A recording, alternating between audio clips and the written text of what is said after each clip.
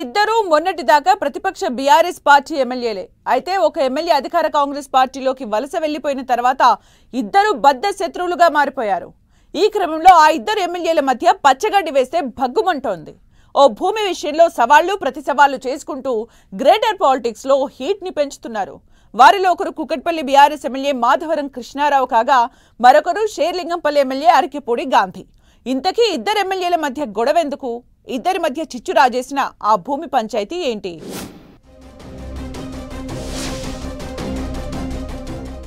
Madhavaram Krishnarao versus Arikepudi Gandhi. సవాళ్లు ప్రతి సవాళ్లతో రచ్చ చేస్తున్న ఎమ్మెల్యేలు. గాజుల రామారంలో 11 ఎకరాల భూమిని గాంధీ కబ్జా చేశారంటున్న మాధవరం. 30 ఏళ్ల క్రితం తాను భూమిని కొనుగోలు చేశానంటున్న గాంధీ.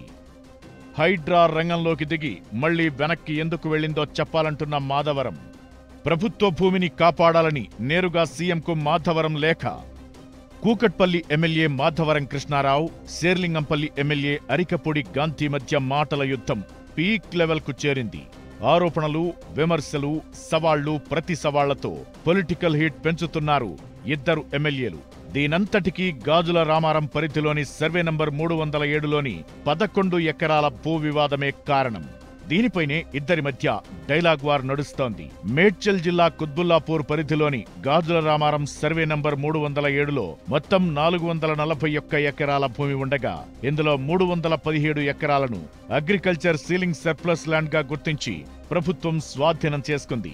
మిగతా 123 ఎకరాలను రిటైనబుల్ ల్యాండ్ గా భూస్వాములు, పట్టాదారులకు ఇవ్వడం జరిగింది. ఈ క్రమంలో 2001 నాటికి రిటైనబుల్ ల్యాండ్ కు పట్టాదారులుగా 42 మంది వ్యక్తుల పేర్లు పహాణిలో నమోదు చేశారు.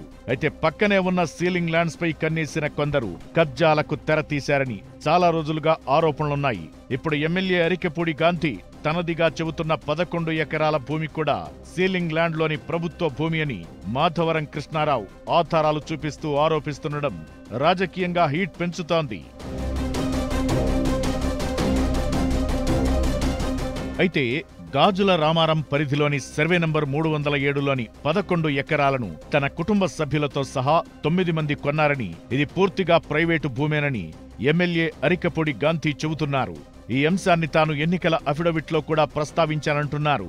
తాను రాజకీయాల్లోకొచ్చిన 2014 తరువాత నుంచి తన ఆస్తులపైన, కూకట్పల్లి ఎమ్మెల్యే కృష్ణారావు ఆస్తులపైన సిట్టింగ్ జడ్జ్, ఈడీ, సిబిఐ వంటి ఏ సంస్థతోనైనా విచారణ జరపాలని సవాల్ చేస్తున్నారు.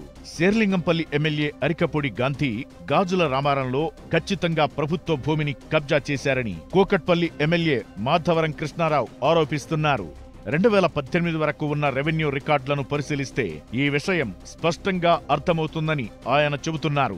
30 సంవత్సరాల్లో ఏ ఒక్క సంవత్సరం కూడా భూమిని అమ్మిన వ్యక్తులు గాని, కొనుగోలు చేసిన ఎమ్మెల్యే అరికెపూడి గాంధీ పేర్లు గాని రెవెన్యూ రికార్డులో ఎందుకు కనిపించడం లేదని మాధవరం ప్రశ్నిస్తున్నారు.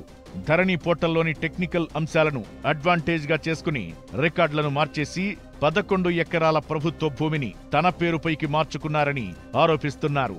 ఈ మొత్తం అక్రమాల్లో అరికెపూడి గాంధీకి రెవెన్యూ శాఖలోని కొందరు అధికారులు సహకరించారని, ఆ తరువాత ముఖ్యమైన ఫైళ్లను మాయం చేశారని మాధవరం అలిగేషన్.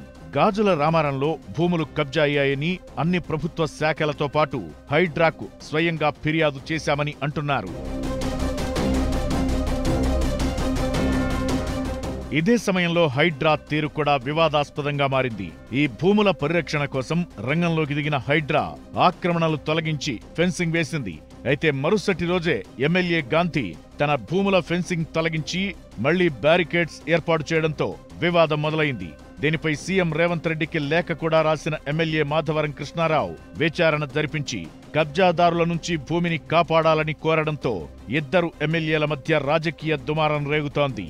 దీనిపై ప్రభుత్వం ఏం చేయబోతుందన్నది ఆసక్తికరంగా మారింది.